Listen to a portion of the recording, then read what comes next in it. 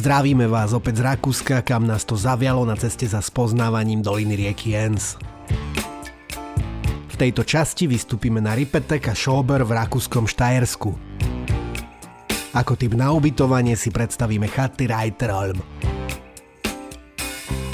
Začíname okolo obeda a preto využijeme kabinkovú lanovku Projnekjet.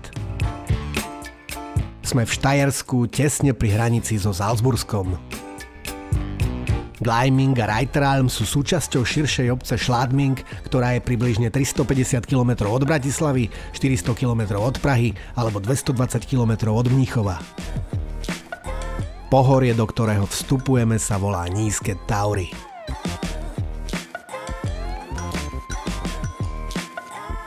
Úplne prvý vrchol, na ktorý položíme nohu, sa volá Gasselhöhe. Sem si to došlapnú takmer všetci od lanovky, je to totiž len pol hodinu a 250 výškových metrov od nej.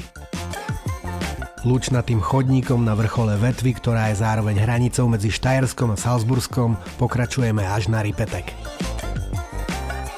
Už počas cesty sa otvorí výhľad na sever, na Dachstein a Hochkönig.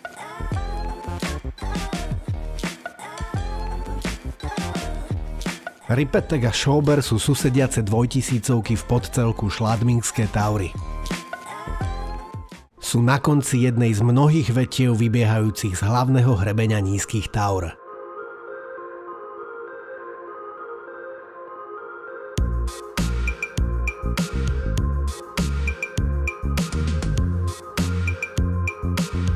Z vrcholu sa pokocháme výhľadom na okolité vrchy a zostupujeme k jazeru Obersee.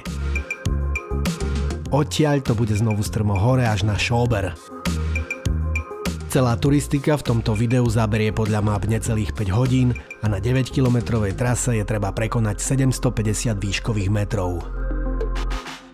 O niečo málo vyšší Schober ponúka skoro tie isté výhľady ako Ripetek. V podstate počas celého úseku na hrebení je na severe výhľad na Dachstein, Tennengebirge a Berchtesgadenské Alpy. Na juhu vidno najznámejšie vrcholy Nízkych Taur ako Steirische Kalkspitze, Hochgolling, Hechstein a Hochwildstelle. Schober po nemecky znamená stoch a viacero vrcholov v nemecky hovoriacom svete nesie tento názov.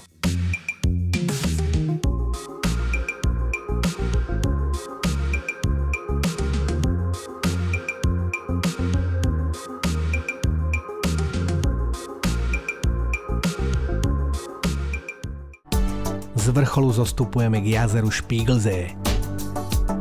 Toto miesto majú radi hlavne fotografi, ak je hladina jazera pokojná, zrkadlí sa v ňom Dachstein.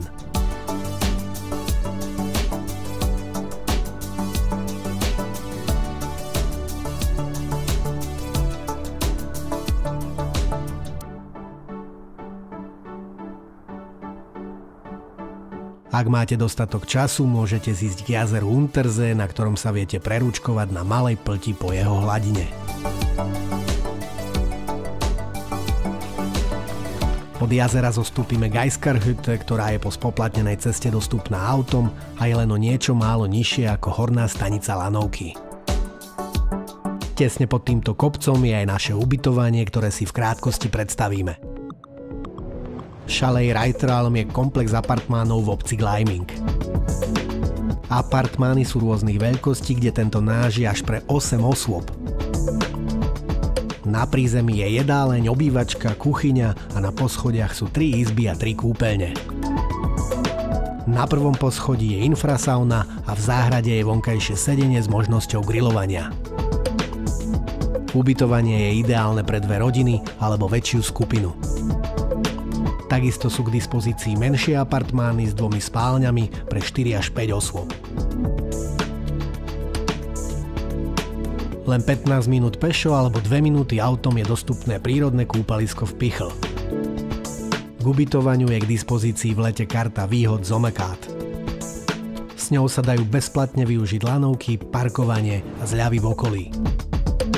Ďalej v Schladmingu je nákupné centrum, obchody a promenáda. V zime je celý región známy hlavne rozsiahlym lyžiarskym strediskom, ktoré spája zjazdovky na 4 vetvách vybiehajúcich z hlavného hrebeňa Nízkych Taur. No a to je z Nízkych Taur zatiaľ všetko. Ak sa vám video páčilo, napíšte komentár, nezabudnite dať palec hore a začnite kanál odoberať. Aktivujte si zvonček, ak chcete byť upozornení na nové video. Dúfame, že video je pre vás inšpiráciou na vlastné aktivity vonku. Ďakujeme za pozretie a tešíme sa na budúce.